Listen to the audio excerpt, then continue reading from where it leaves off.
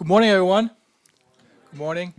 For those of you who don't know me, my name is Christoph Winkler. I'm the founding program director here of the Heinz Institute for Entrepreneurship and Innovation. And we have 2 exciting days ahead of us. We have 10 speakers throughout those 2 days, really occupying every hour of the day to really engage in conversations about entrepreneurship, what it means to create something, what it means to create impact. And I invite you all to, not only listen, but also participate in these activities that not just happen when we have our panels and our wonderful guest speakers here, but also what happens in between. Because one of the most important things of entrepreneurship, and I would argue as you go through education here in general, is to build networks and to connect. And that means to connect with other students from other classes, to connect with other faculty from different departments, but also take advantage of the opportunities to speak to our guest speakers and to engage with them in conversations about, things that interest you, things that triggered something within you as you responded and listened to those exciting talks. And what this means for us is really also look at entrepreneurship and our work at the intersection of our curriculum. So we have 2 academic programs at the undergraduate level. We have BA in entrepreneurship, a BBA in a BA in entrepreneurial leadership, a BBA in entrepreneurship. We have 2 minors, one in entrepreneurship and innovation, as well as an AI minor. And again, through these activities, we also try to bridge our learning into the co-curricular space. Really, what does it mean not only to be a student in classes, but also engage on our college campus? And more recently, also what it means to engage outside of our communities and create impact through that learning across our local region, but also engaging with students from across the country and often also internationally. So that for me is to say that I encourage you to soak it all in, to participate, to engage, to learn, to challenge, to create new thoughts for yourself, but also allow yourself to reflect on what is important to you and how this space and how this community that we're all part of can be an important stepping stone towards your successful future. So without that, I'm going to thank you all, and I wish you a great talk today and many, many great talks today and tomorrow. I also want to say a big thank you to our speaker here today, Rashan, who really made the trip here and really share his business and his journey with all of you. So thank you all, and have a great day. Thanks, Christoph. Let's play the video.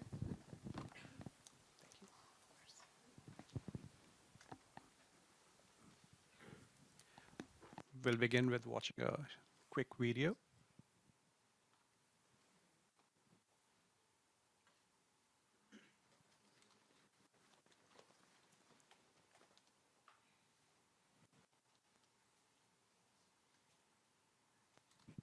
All right, so as we are trying to figure that out, I'll just do some quick introductions. Welcome everyone for being here. We are really excited to have all of you here with us today. My name is Akash Sapru. I'm the Assistant Professor of Design Thinking and Innovation. I'm really excited to see all of you here today. We have these 2 days of entrepreneurs coming in, sharing their valuable experience with us. This is your opportunity to learn from them. All right, so I want you to have a lot of questions. Okay, I'll engage in a conversation with Rashan, and at the end of it, I want each and every person to have at least one question to ask him. All right, so let's see if we have the video going. All right, so apologies on the volume for that one, but let me begin with the introductions. So today we have with us Mr. Rashan Brown. He's the founder of Poetry Me Please. It's New York City's biggest spoken word poetry platform where people from all over the world get an opportunity to share their talents. He also has a background in education, and currently he's gaining experience as a product manager. We're excited to hear about your journey here, so let's give him a round of applause. All right, Rashan, so welcome. Thank you. Check. Can you hear me? Yes. How's it going, everyone? Feeling good? I know it's early, so bear with us, but hopefully this will be a little bit energetic and exciting. So Rashan, it's often said that the roots of an entrepreneur have an influence on the life trajectory, like the decisions they make. Let's begin with your background, where you were born and raised, what impact did your community have, basically your background. Yeah, so I'll share this as like a secret or like a fun fact. I actually wasn't born in New York, funny enough. I was born in Wisconsin, very random. I lived there for about like a year and then I moved to New York. So for people that ask me, I usually say like, born and raised, but not really. But I've been in New York all my life. I actually live in the Bronx. I don't know if I know there's a few. No, Jordan in the Bronx. Everybody, all right, cool. So I live in Co-op, which is like again 10, 15 minutes away.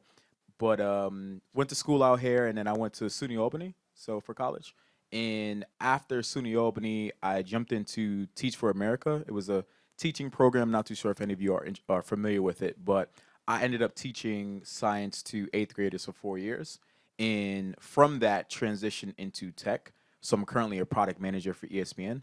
Um, During that journey, though, poetry has always been around, and started in middle school and didn't really get into it until like after college. So when you think about the entrepreneurship mindset, like I was always someone that had like side gigs or, had a side project that I was working on. And I think just over time, I was able to get into a more flexible role. So with product management, for those of you that don't know, happy to share a little bit more. But um, the way that I think about it, let me do this. By show of hands, how many of you know what product management is? Just by show of hands. He's like, so kind of. So the way that I explain it, I see there's some guys in the room, maybe some women too. Know there's like we always talk about the lack of sport knowledge across across different genders. How many of you watch like ESPN or have ESPN app on your phone? Oh, so it's a good amount. Okay, cool. So um, the way that I would do it, I never use ESPN to explain it. So what I actually use is, how many of you use Instagram? There we go, a little bit more hands. So I use Instagram as a way to explain it. So Instagram is a product of Meta, and within Instagram, there's tons of features. So being able to like a picture, being able to send a message. Now they have reels. There's like different comments, hashtags, and those things. Those are features, and typically or usually those features are created by a product manager. Someone will think about the idea, and then they'll have to talk to the design team about how it should look, how it should feel, and then the engineers will then code it. So as a product manager, we're really like the glue of the actual product. So what I do for ESPN is I work on the website and then the app. So one of my literally a feature that I got put out yesterday is, how many of you watch baseball, MLB? So if you go to ESPN app right now and .com too, and you look at the clubhouse that we have, you'll see something called a playoff bracket. So that was one of my projects that I was working on. So that is, you'll see it and you'll be able to kind of go through it. But with that mindset of being able to do multiple things, or wanting to have that entrepreneurial mindset of just, I want more, which is typically what comes out of it. So Great. And just to elaborate on that a little bit, you mentioned entrepreneurial mindset. That's what we believe here at the Heinz Institute as well. We don't see entrepreneurship only as a profession. We see it from the perspective of it being a mindset. So for the benefit of our students, can you help us understand what the entrepreneurial mindset means to you? solid question. I had a conversation with a mentor, and I asked him, I said, I feel like I want to quit my job. And I was like, I want to, be a full entrepreneur and just like really dive into my craft, which is poetry and event planning and things like that. And he said, entrepreneurs, it's not about quitting or focusing on one thing. It's just that we do so many things. And when you think about like the entrepreneurial mindset, it's having all these passions and knowing how to prioritize and manage your time effectively. So being able to have a 9 to 5, but then also have a side job that becomes, like that 5 to 12, and honestly a 24-hour day thing. But it's the mindset of wanting to do everything that you have a passion for, and then again figuring out how to manage the time effectively so you can give enough to each of those until one of them really takes off and you're in a comfortable space where you can say, all right, I want to retire from this, or I want to leave this on the side, or I just want to dedicate a little bit less time to it so you can focus on maybe one of the things that you have going on. Excellent. And I think one of the key word that I captured there was passion, and again, that's something Yeah. that all entrepreneurs have in common. That sense of passion towards an idea, towards creating something new. So that leads me to my next question. What was the genesis of, or like, what was your motivation for starting Poetry Me, please? Um, I always make a joke, cliche, heartbreak in middle school. So Elaborate on that. um, I had a girlfriend and it just didn't end well. And I remember, you know, I make this a joke, but I think at the time it wasn't a joke. I was hurt. I was hurt. I was like really truly hurt. And as a young Black American kid growing up in this society, I feel like the only way that I had an opportunity to express myself was like on a basketball court or on a football field. And I remember having all those emotions. And no, I've never been to a class where someone said like how to effectively express yourself. And you may cry, you may be upset, you may take your anger out on whatever, you may relieve your stress. There's all different types of ways, but I don't think I ever had a healthy way, honestly, where it didn't involve sports. Like I had hurt and I didn't know how to like get it off of me. And I remember writing and I remember recording the video and I felt so good after. I was like, I've never felt this level of relief off of just writing and recording. And I remember doing that, feeling really good about it. And then over time, I remember, I went to college. I had auditioned for my school's like poetry organization. Didn't make it, funny enough. Like, I'm sure I wasn't as good as I am now back then. And I remember writing, continuing still every now and again. And then it wasn't until after I got out of college, I performed at an open mic in the city. And that same feeling came back when I felt really good after I performed something. And that was like the birth, but also the rise of me doing spoken word poetry. Excellent. So during that time, did you have any role models, people who were already engaged in poetry in some capacity, like anyone that you really people that you wanted to emulate, as an example? Yeah, I was talking to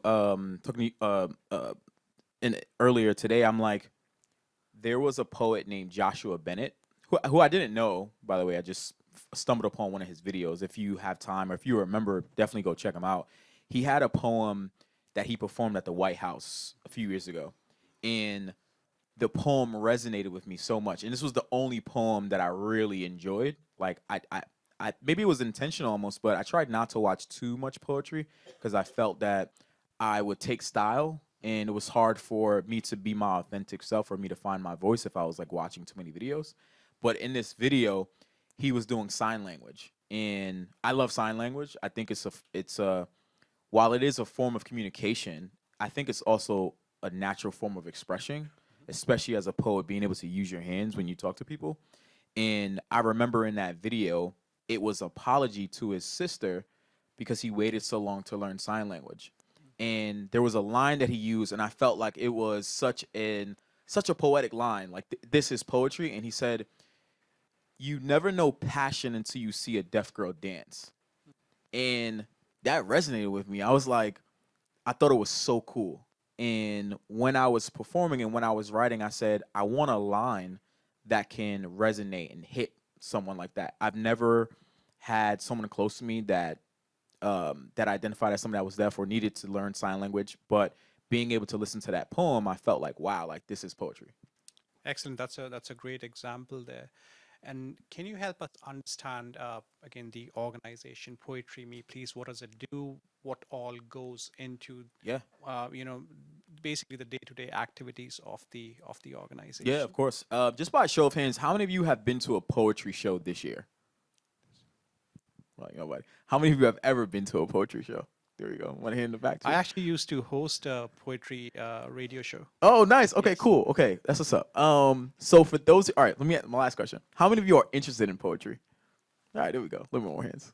Um, Poetry Me Please is a spoken word poetry platform that provides a stage for poets across the world to showcase their talents through creative verbal expression. We are New York City's largest poetry showcase with an average of about 400 guests per show.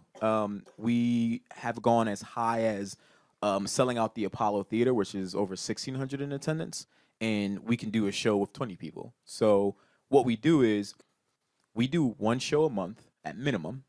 We take about 10 poets. We have a running sign up sheet, which anyone can sign up for, and we do a random selection. So we take about 10 to 12 poets per showcase. We give them 7 minutes on stage, and at the conclusion of the event, they receive video content, photography content, features across all of our social platforms, Instagram, X, Twitter, TikTok, all of the above, and they get welcomed into a community of poets. So we have special events, we have gifts, we have raffles, we have all of these things exclusive to our poets that one have performed, but then also are in our ecosystem. And we have about 2,000 poets now. So we've been to Ghana, we've been to London. We're obviously based out of New York, but we also been to a few other cities. So essentially what we're doing is we are connecting talented poets with quality content. I think a lot of the times, one of the things that I saw early on was that there are so many poets, so many writers, so many performers that do not have the resources to build their portfolio and put themselves out there. So as an entrepreneur, you are like this struggling artist. And what we do is we give them 2 videos per poem, which is very valuable. And it is because it allows them to build that portfolio. So when they go out to make pitches for themselves, and when they go out to say like, hey, I want to perform at your event, they have the content to show for it. And they have a reputable brand, Poetry Me Please, that can back them and say like, hey, this is what the work looks like. Excellent. So I think like building a community of poets, that's at the core of what you're trying to do. Can you help us understand like what specific strategies you deploy to actually make that happen, to basically resonate with the poet community, but also have, people who might not be as interested in poetry at the moment? How do you basically rope them into this ecosystem? Yeah, that's a good question. The first thing was making poetry cool. And it's funny to hear out loud, but I think there's a huge misconception, especially around the younger generation, about what poetry means. And it happens a few ways. So the first piece was, I remember in our first showcase was supposed to be in March 2020. So if you all remember what happened in March 2020, we had to postpone, and I remember talking to the venue owner, and I'm like, yeah, I'm hearing some stuff. Maybe we were rescheduling like a week. A week passed, and then a month passed, and then a year passed. So whatever. And we ended up doing it June 2021, our first showcase. But what I did in that time was I recorded 2 videos. I remember I wrote a piece called From the Hood Part 3, and the other poem was called I Am Black. And I recorded those 2 poems at a studio in the city, I think. I had a friend take photography, and I recorded it in like 4 different angles. So I like did it again, I did it over, and we, set up cameras. And I remember putting it out to the public, like, hey, I do poetry. And then I dropped an ebook, and I remember pushing it out to people. And people were like, oh, like I have no interest in poetry, but because this is a friend, or this is somebody that I know, or this is somebody that I respect, like I'll give it a listen. And I remember then having my showcase in June 2021, and people saying, I actually don't like poetry, but because you are doing this, I'll come and support you. And I remember it was like a small bar in Brooklyn, and I had about like 80 people in it. And, a few people were like, poetry is cool. I've heard about it a few times. I've never actually been to a show. But the rest of the people were like, because you're doing, I want to support you. So I remember, I think it was until like 2020, I would perform at every one of my shows, and I would perform last. So people would come and say, again, I don't like poetry, but because you're performing, I want to support you. And over time, what it slowly did was I had some really talented poets come out.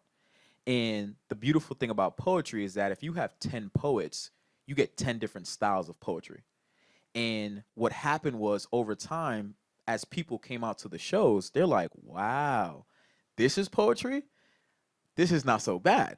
And that built. And when people left, it was like, yo, that felt like a party. It felt like something new. It felt like I got connected with my emotions. I remember there was a poet that came out and was like, this is my first time performing ever. And everyone in the room like gave him a different level of respect. And they're like, wow, you're going to perform in front of 400 people, and this is your first time performing. And I remember people having that emotional connection to them. So over time, what it was is, one, putting myself out there, showing people that it's okay to do poetry. It's vulnerable, but it's okay. And then two, curating an event where we had a DJ, we had a host, we did karaoke, it was hip hop, it was reggae, it was rap, it was jazz, it was country, it was all of the genres of music, and we fused that into poetry. So people were coming out to have a good time, and then they're like, oh, then I get poetry too. So it was a few different ways of how we, brought that interest out of people. So that actually is very interesting. Like, yeah, you basically mentioned designing an event, Yeah. so to speak. Can you elaborate on that a little bit? Because that's also a reflection of your entrepreneurial mindset. Yeah. So again, it was, I had a little bit of following on my own just through the things that I did. I would host parties in the city. I would, do speaking events. I would do poetry myself, of course. And when we did Poetry Me Please, again, it was part of making poetry cool. It was like, we'll partner with a venue in the city. So it's usually like a bar. We've been in Queens. We were at a theater in Queens. We had a small bar in Brooklyn. Now we're at a event space, SOBs in the city. So people are like, oh, I actually know of these places. These are places that I might go to a party or I might go to an event. And when we connected our name to it, people are like, oh, okay, Poetry Me Please. What is this? What do they do here? And the way that we broke it down is we made it simple. We accepted everyone. Like, I don't screen the poets, and I put the pressure back on the poets. And what I do is I tell them, you've been selected to perform. You have 7 minutes on stage. I don't care what you perform. Just have it memorized. And people are like, oh, do you think this is good? Or do you think I should do this? And I'm like, I am only one person. I'm a poet, but that doesn't mean that, like, if I say I like your poem, that you should do it. Yeah. Like, who cares what I think? It's about what you think. And then people will say, all right, I'm going to perform at the showcase. So if I'm friends with you, I'm hitting you up like, hey, I got a show next Friday. Can you come out? And you're like, sure, I'll come. You might tell a friend, and they might tell a friend. So that one poet, they might have like 10 friends of their own that they want to come out. And then the other poet has 10 friends. Then the other poet has 10 friends. So by design, what's happening is you are getting your own support to come out. And I'm a little bit off hands, right? So over time, yeah, I have friends that are going to come and support me because it's my event.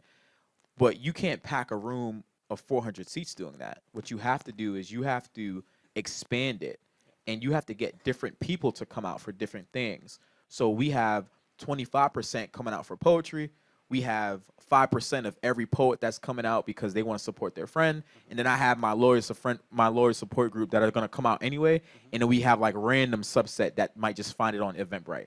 So by design, what we're doing is we're opening it up so people can maximize, so we can maximize that the room capacity, honestly. Okay, great. And now, Poetry Me Please, it's ventured outside New York City. You mentioned going to different cities, even going internationally. Talk to us about those experiences, how organizing those events was maybe slightly different from, being here in New York City. Yeah. There is an organization called Afrofuture now, and they do a big festival in Africa and Ghana. And the founder was in my ecosystem for communities. He was a community partner. I've seen him at different events. We were in somewhat of the same group, and they had an event series. It was like a challenge to get DJs, singers, and musicians out to Ghana. And I remember looking into it heavily. I had friends who had went. And when I looked at the logistics, I realized that they didn't have room for poetry. And I remember saying, this is a great idea to get musicians and to get, again, DJs out to Ghana in December. And I wanted to apply to it. But then I realized that the stage wasn't set for poetry. And I said, I wonder if there's a poetry organization or if there's a poetry community in Ghana. And did some research, found a bunch of people, and they have tons of, like, poetry is huge in Ghana. And I was like, oh, this is a need that they don't even know that they need yet.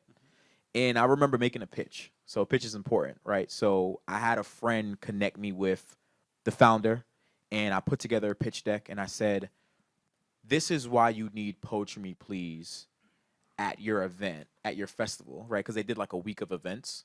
And I was like, this is why you need poetry at, you have the need, you have the community, you have this big opportunity for musicians, but it's not open to poetry.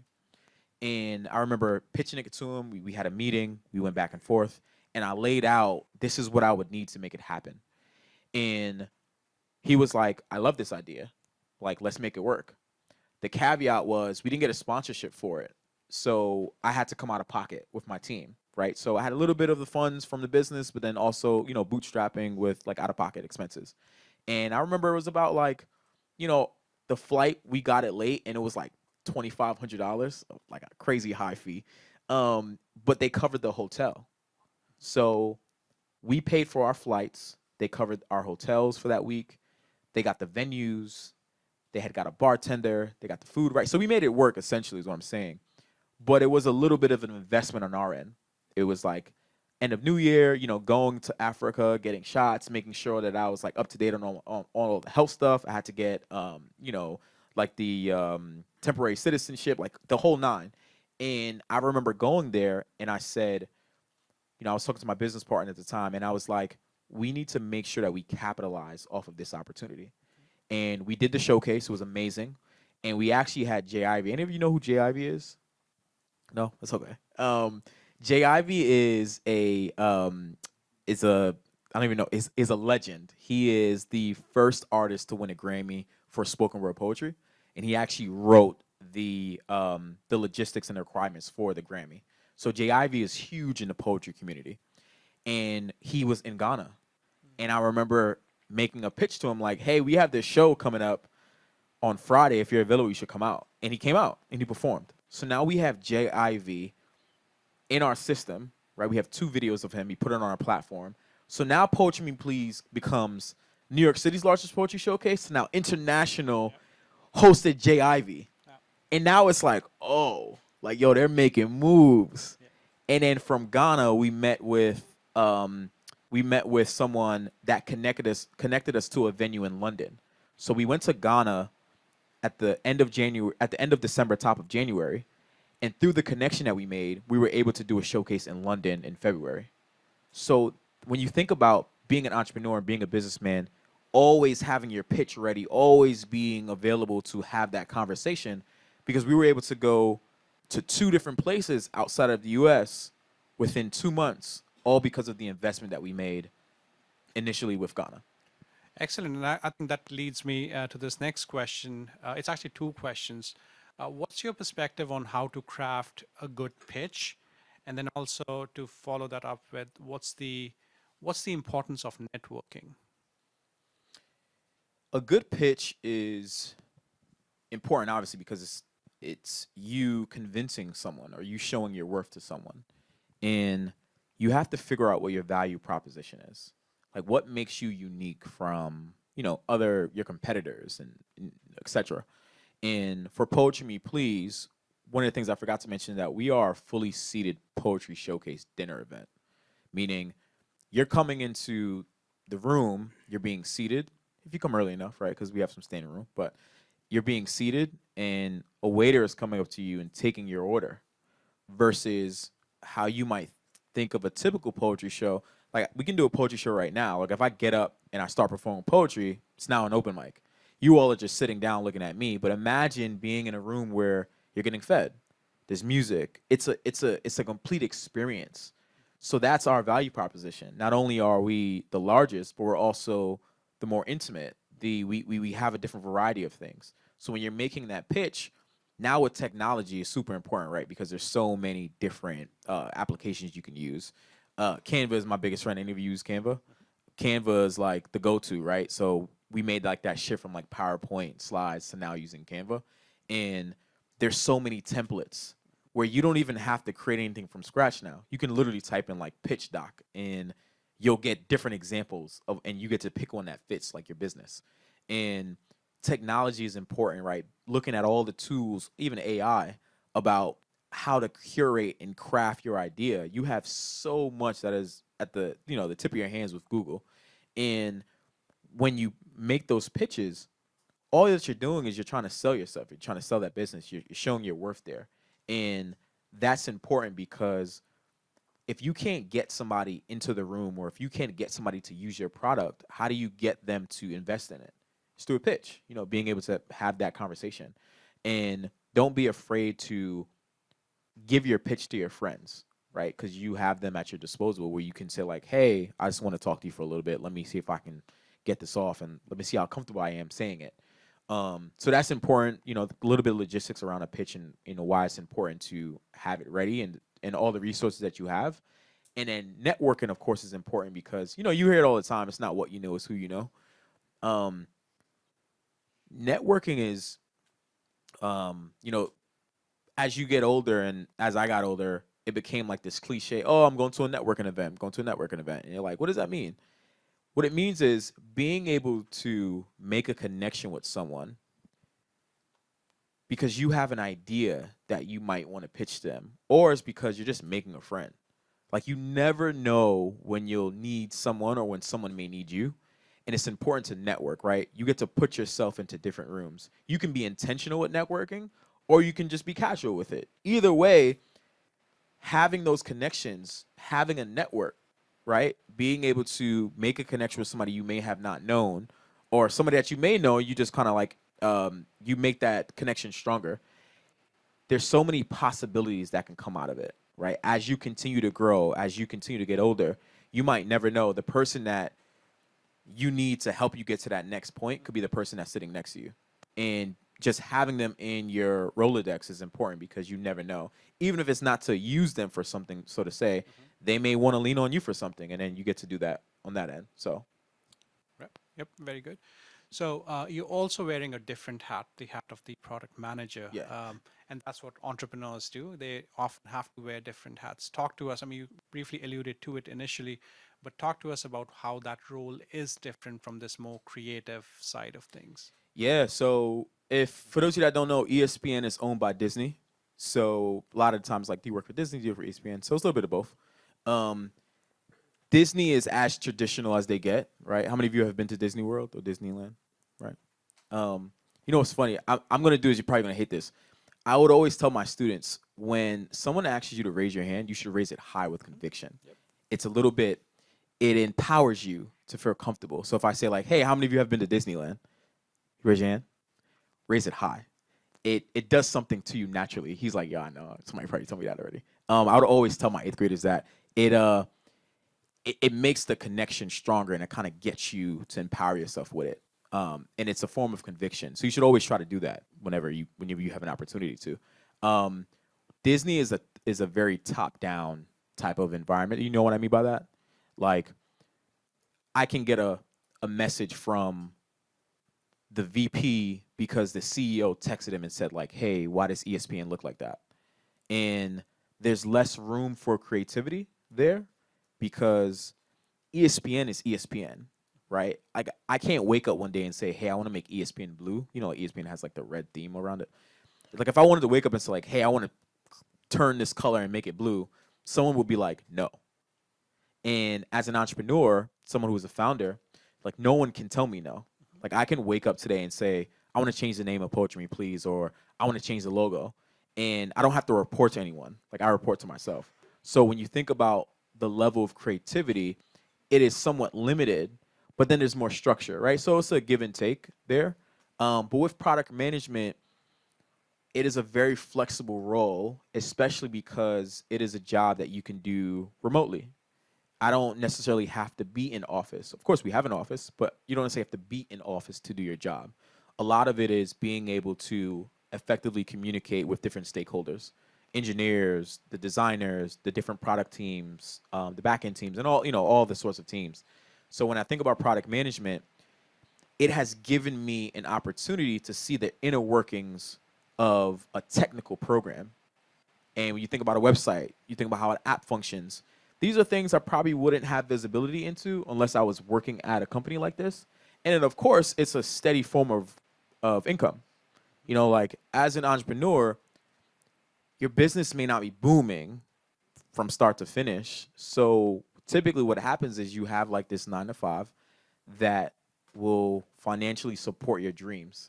And people oftentimes forget that no matter what happens when I'm employed, I have that steady form of income. And then of course, I can make the decision to say, you know what, I just want to go into it full time, or I want to reduce my hours, whatever it may be. But as an entrepreneur, that's also very important, because a lot of the times you'll find yourself bootstrapping until you get to like that investment stage. So Excellent. And something that I'm noticing here is you've had a series of successes, but again, success doesn't come without failure. So I want you to now highlight some experiences that you've had with challenges that you've faced, and more importantly, how you perceived those failures and challenges, and then how did you bounce back from them? yeah, I have a good one for you. So my first showcase, June 2021, it was about like 80 people. I remember the capacity was 80. I had like 100 people in there, like 20, nothing crazy. And after that showcase, I was like, oh, this is going, like, we're going to blow up. And I remember taking it to Queens. It was a theater in Queens. And the theater held about like, I don't know, 400 seats, 500. And I ended up only selling like 130 tickets. And I was like, damn. I lost money, and the room looked crazy because it was like half empty. I mean, more than half empty. And I was like, damn, like maybe it was because of the lighting, because it was a theater. It wasn't like an event space, like it didn't have the cool lighting. It was like it was a movie theater where we just put a stage there. And, it held 500. I only sold like 100. My bad, I lied. It was like 200. It wasn't that bad. It was like 200. But I was like, damn. I was like, you know what? Let me do it again. And I said, this time I'm going to add some lighting. I'm going to like promo a little bit more. I'm going to switch it up. And I ended up selling less tickets than I did the second time. And I was like, damn. It's kind of hard.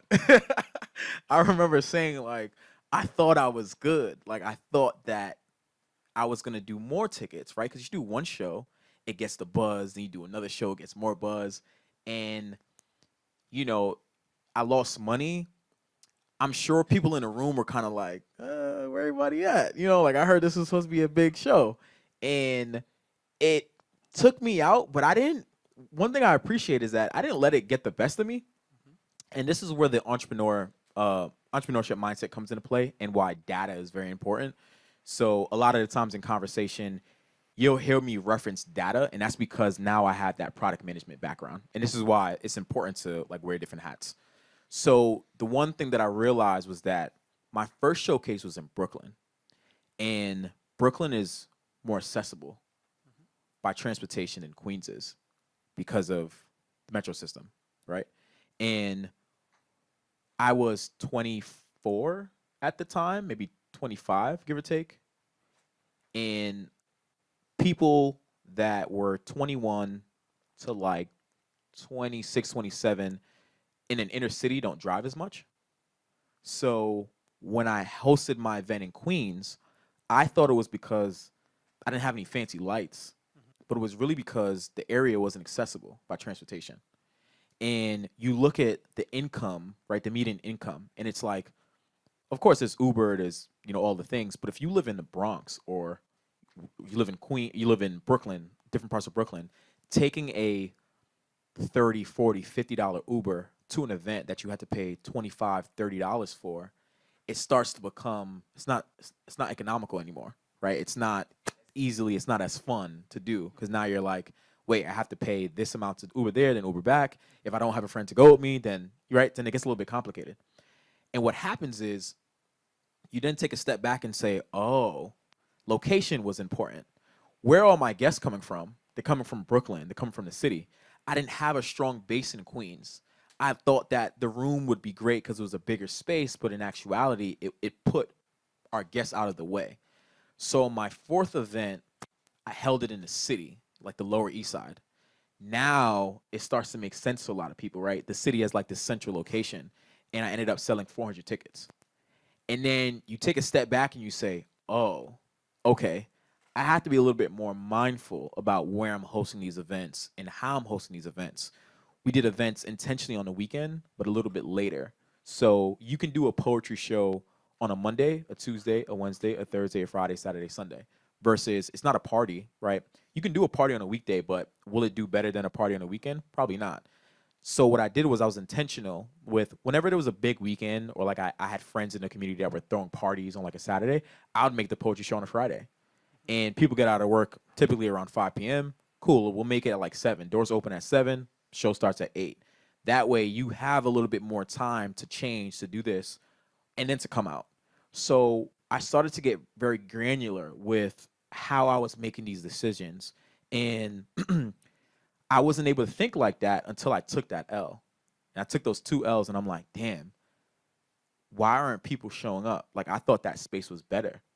But now it's like, well, maybe, but it wasn't accessible. And that was important. So now you have to take into account who's your target audience. You hear that word, you hear that term, like target audience. Like, what does that mean? So our target audience are really that 24-year-olds to like 37. Like, that's the sweet spot for us because I'm 29 and your crowd will grow with you.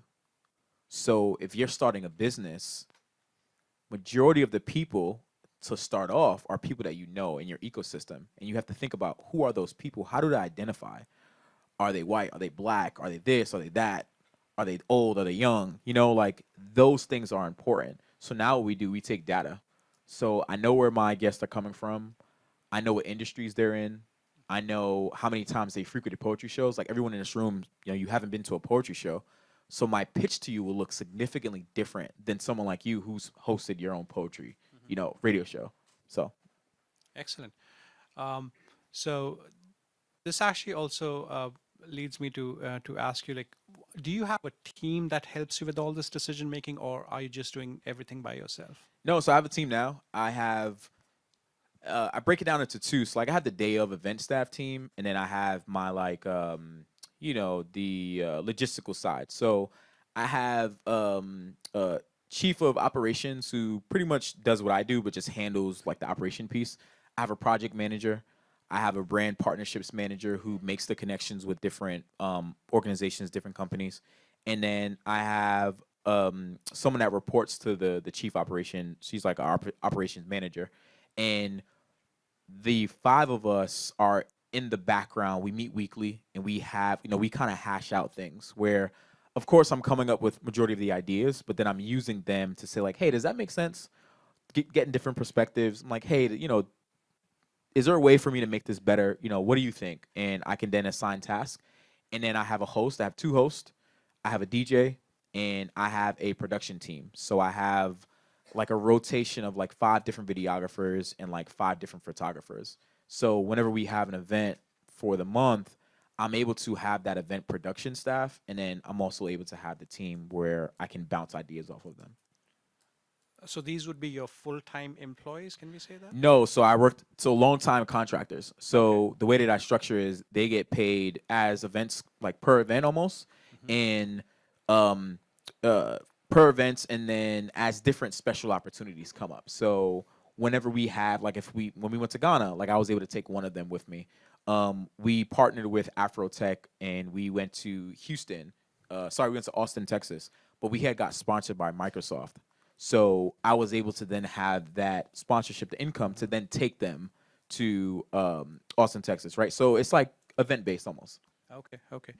And something that a lot of people struggle with, especially in the creative fields, is, you know, monetizing of that creativity. And clearly you have cracked that. So can you elaborate on that, like the creative aspect of the business, but also the financial aspect of the business, which might be very different from each other? Yeah, so in New York City, we have, you know, things are expensive, unfortunately. So we charge 25. Actually, I lied. No, we charge $30 for early bird ticket for our showcase, and we go as high as $50 for a showcase. And we don't make the poets pay. That's one thing I forgot to mention. It's all free of charge for poets, so they get all that content, they get all that stuff for free. But people are coming out for the show. They're coming out to see the poets, and in return, poets are getting compensated in a way that makes sense. And then obviously we're then charging attendees to come to the show. So with that, breaking down the budget, if you sell a certain amount of seats, you'll make profit naturally. And over time, of course, there's some days where I'm on the low, where I'm not on the high. There's some days where I'm at the average. Some days I just break even. But a lot of it, of course, now is being able to find different ways to monetize, right? So you had mentioned, so the one aspect is the show. The next aspect, we have merch. So I have a hoodie, like I have a hoodie and a shirt, and it's a poem I wrote, Depressed Diamond on the back, and it's like a reverse poem. It's a pretty cool poem to like wear and to like read. And I sold that, right? So merch is a good way to also make money. I partnered with business partners to put out a candle. I have posters of my poems, and shirts as well. So that's another form of revenue. And then now what we're doing is we're partnering with organizations to then have poets come out and perform. So if an organization says, hey, we have a workshop or we have an event and we want to have performers come in, they can work with PMP and then we'll contract out to poets. So we'll get like an administration fee where we can then do that. And myself, I do spoken word poetry performances and I write for different organizations. So there's a few different streams of income with how Poetry Me Please and then myself operate. Excellent. I want you to highlight, Rashan, the importance of taking action and actually, executing things, because ideas are dime a dozen. Everyone has great ideas. So, from your experiences, like what would you suggest to this audience of students? The importance of actually taking action on the creative ideas that they might have. Yeah, it's just doing. And I know that's, easy enough to say, but if you have an idea, like build on it.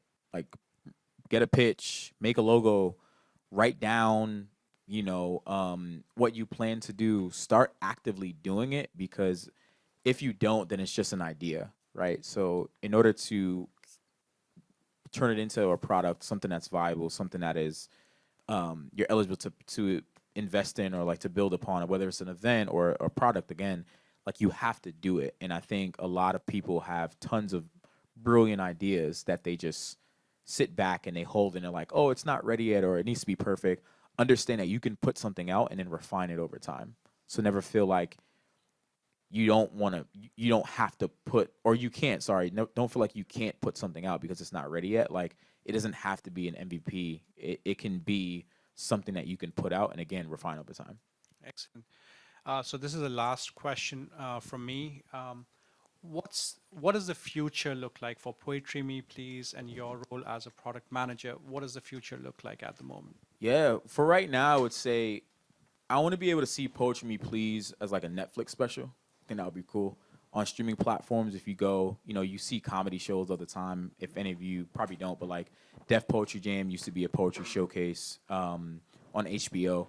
And, we do one showcase a month, so 12 at minimum for the year, but we have 10 poets. So Poetry Me Please season 1, right? Something like that is closer to a reality than it was 2 years ago now. So that's a big push for us, is being able to partner with a streaming platform and to have it out, because a lot of people love poetry. They just don't know where to go to get poetry. Excellent. So now we'll open up the floor for Q&A. I encourage everyone to ask at least one question. So when you get the mic, you can raise your hand and you'll be provided with the mic. Please mention your name and then ask your question.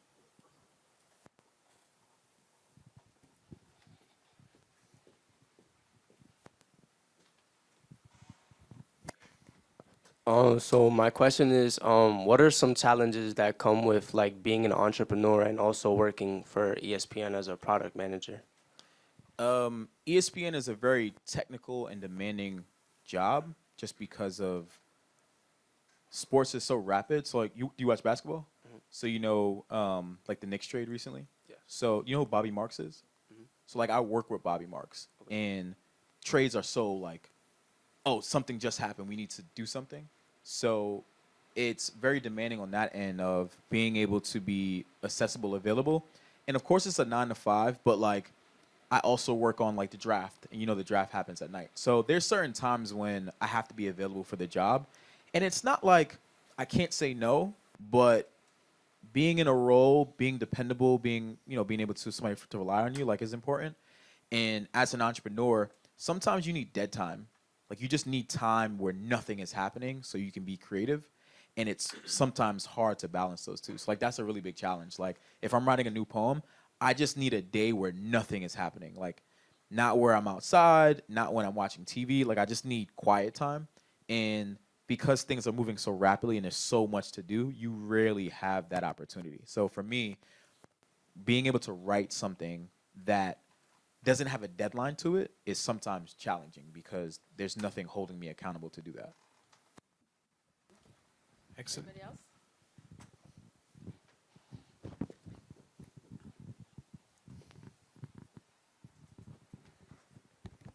How do you find, excuse me, how do you find like balance between your, like the ESPN job and then just poetry? Good question. Being able to work from home has been obviously important, and I'm in a good place. I'm really blessed. Like, my manager is based out of like San Francisco, so the way that like my position works is it's very project based and deadline. So if I don't have a meeting, I don't necessarily have to be available, so to say. But as long as I'm getting my work done, so my hours are flexible. So I can say, all right, I'm going to start a little bit later and then work later. So those are effective ways that I'm able to like balance it. But it's also being disciplined. So, at 5 when I can like clock out, so to say, it's having like a few minutes to like de-stress, but then also jumping back in. So like I meet with my team at 6 o'clock. So we, finish at 5. I'm able to like, maybe I'll grab a bite or something like that, but then I'm right back into it. So a lot of it is sacrifice. On the weekends, I'm like inside working on projects, and it's an everyday thing. It's like wake up, entrepreneurship, or like there's a project that I have. Going to bed, I'll probably go to bed later. Like, honestly, do go to bed later. So finding different pockets of sleep. So again, it's really just time management. And I know, again, I've used this, but like, it's cliche, but it's really important to manage your time. And sometimes people need to like map it out. So you need to see something that says from 9 to 11, I'm going to focus on this, because then what it does for you is it tells you and it holds yourself accountable to say, this is not the time where I should be focusing on this. This is a dedicated time. It's making me do steps. 10,000 steps. Hi, I'm Thomas. I was just wondering, like, because you have like a 9 to 5, and that's like a part of like that's your main income.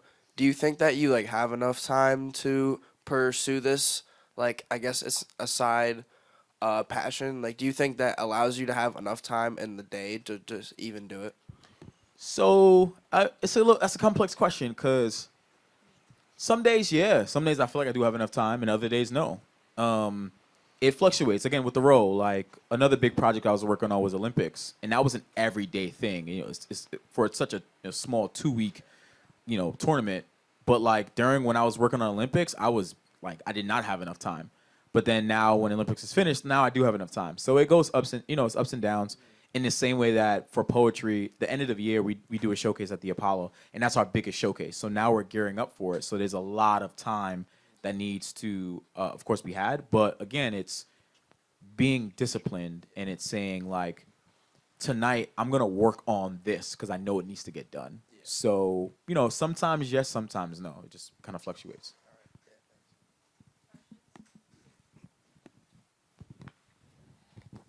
My name's Colby. A question I have is, do you think if you were to step back and step completely out of the picture of PMP, do you think you'd be able to be self-sufficient? And if the answer is no, what do you think PMP needs next in order to be self-sufficient? That's a great question. Yes, and the answer is yes.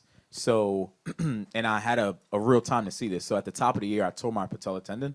So I was like bedside. Like, honestly, I was KO. And I had a showcase in February, and I couldn't go. And it was my first showcase where I couldn't go, and my team ran it, and it was perfect. We did a showcase, and then we did like we had the Super Bowl. So it was like that weekend. And we showed the Super Bowl on the big screen, and it was a huge event for us. And I realized that it's like order of operations. It's how do we source poets? That's in a document. How do we run a show? There's a run of show. The host, like all that stuff can run on its own in a sense where it's not like I can sleep and it's a product that gets sold. It's not like that. But if I was to not be available, like my team can run it. So in a way, it is self-sufficient. But what would happen is it would lose the creativity that I bring to it, that like spice. And that's something that, when any founder or CEO steps back or like appoints a president or something like that, you always either lose or you gain there. So naturally, if I was to take a step back, it wouldn't have the Rashan, rush the mic. It wouldn't have that feel to it. That might dwindle. So that's probably something to be aware of. But it is at a place where I can step back and it can still be a successful poetry showcase. Thank you. Any other questions?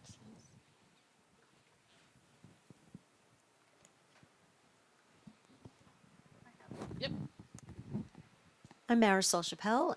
My question is, can you be an amateur and participate in one of your shows? Yeah, like I said, we do not screen poets. Like we do not ask for your poems. We literally don't ask you for anything, honestly. We just ask that you sign up. So I actually appreciate when amateurs come through because it shows people that we're not like sourcing the best of the best. We're just curating a poetry show.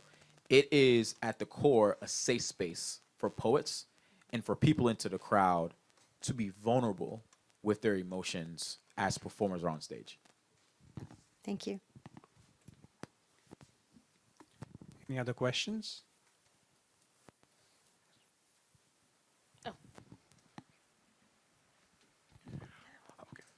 I'm Adrian. I just want to say thank you for hosting this talk. I found it really inspirational. I wanted to ask you, how do you maintain that passion for your creative side, for poetry? Like you as a poet versus you as the owner of PMP and that profit side of it.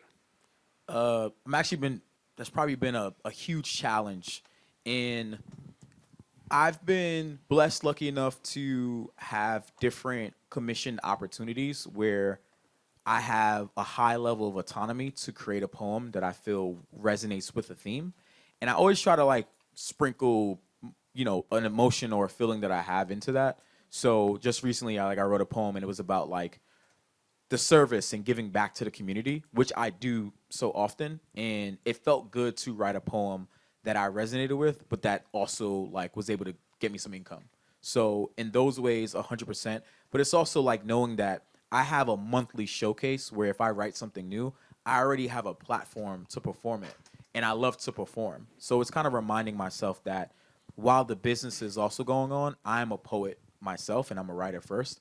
So I have all these opportunities. So it's just kind of telling myself, you have an opportunity to perform if you want. You just need to write it. So kind of like reinforcing that and making sure that I'm sticking to, the craft and why I got started in the first place.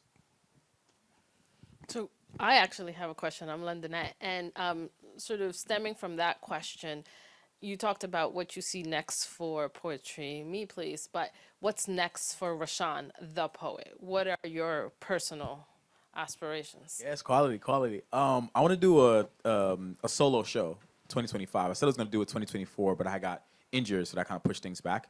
But I really love to be interactive with the crowd. So a lot of the times you'll see a poetry showcase where like a poet is on stage, or maybe he's moving around. But like I've done performances where like I'll perform and then like I might sit in a chair and start and continue performing. So it's like an interactive kind of immersive experience.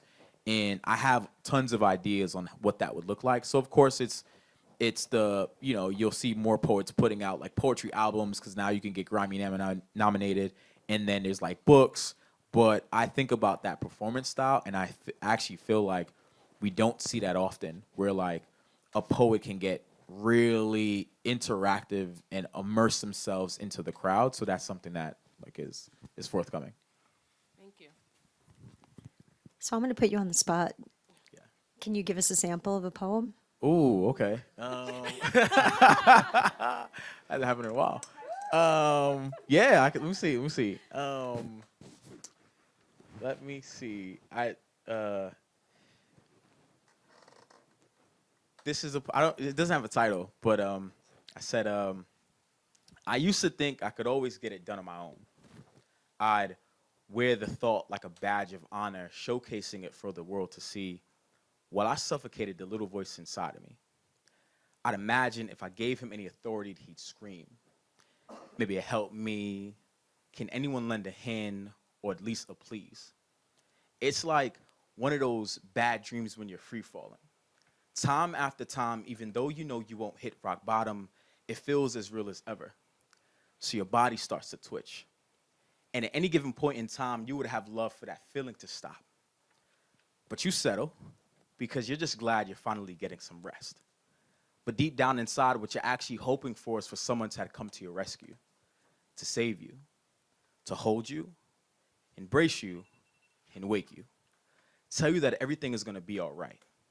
But you never bet on it because you know better. So when it doesn't happen, you excuse it as one of those things you think you need to endure in life. It's a cycle. It's the type of stress that we normalize because to us, enduring feels natural. To be a humble servant for the cause, and the cause can range. But no matter the task we serve, no matter the challenge we serve, it is embedded, hardwired, stitched in our genetic codes. We make it our mission to improve the lives, strengthen the communities, and foster civic engagement through service. We are the core. We make ego drop his sword so selflessness can become the victor. Because to us, even if we can make at least one person smile or lighten their load so that they can wake up with a little less stress on their shoulders, we step up to the plate and we swing for the fences. So I understand how fulfilling a home run may be when you think the bases are loaded, but tell me, how many of you could have used another hour of sleep? I too struggle with rest or breaks, often neglected or rather taken for granted. We fall in love with the grind. Because depending on the day, the grind is all we know. It's bags under our eyes, driving on E with empty stomachs, but you know, that's part of the grind. We shake hands with guilt whenever we sit and idle for too long. We hug the imposters within us that leave signs over our bed that say, do not touch. We laugh and giggle with passive and aggressive, the two cousins that never miss a beat to remind us that we could have went harder at the family picnic, more efficient, could be quicker, more productive, or prestige on point. So as a member of this illustrious crew, use me as an example. Let these words be the voice of reason moving forward. Thank you. Great job. Not a question, but could I get a digital version of that? So I could blow it up? Thank you. And Rashan, this was spectacular. It's really tough to follow this with anything else. So we conclude the session. Thank you. Let's please join me in giving a warm round of applause for Rashan. Thank you very much. Right. Thank you. And putting you in the spot, like we always do. You're here. So if you guys want to network for a couple of minutes with Rashan, I'm putting him on the spots. But on your chairs, there's also a mixer flyer for you guys to join us tomorrow at noon. If you're interested in entrepreneurship, not only in terms of the major, but if you're interested in knowing some of our faculty, what do they do? What do you do with this major or not? Please join us tomorrow at noon. And the other sheet is all that's happening today and tomorrow. So I hope to see your faces throughout the rest of the week. So thank you, and thank you so much for doing this.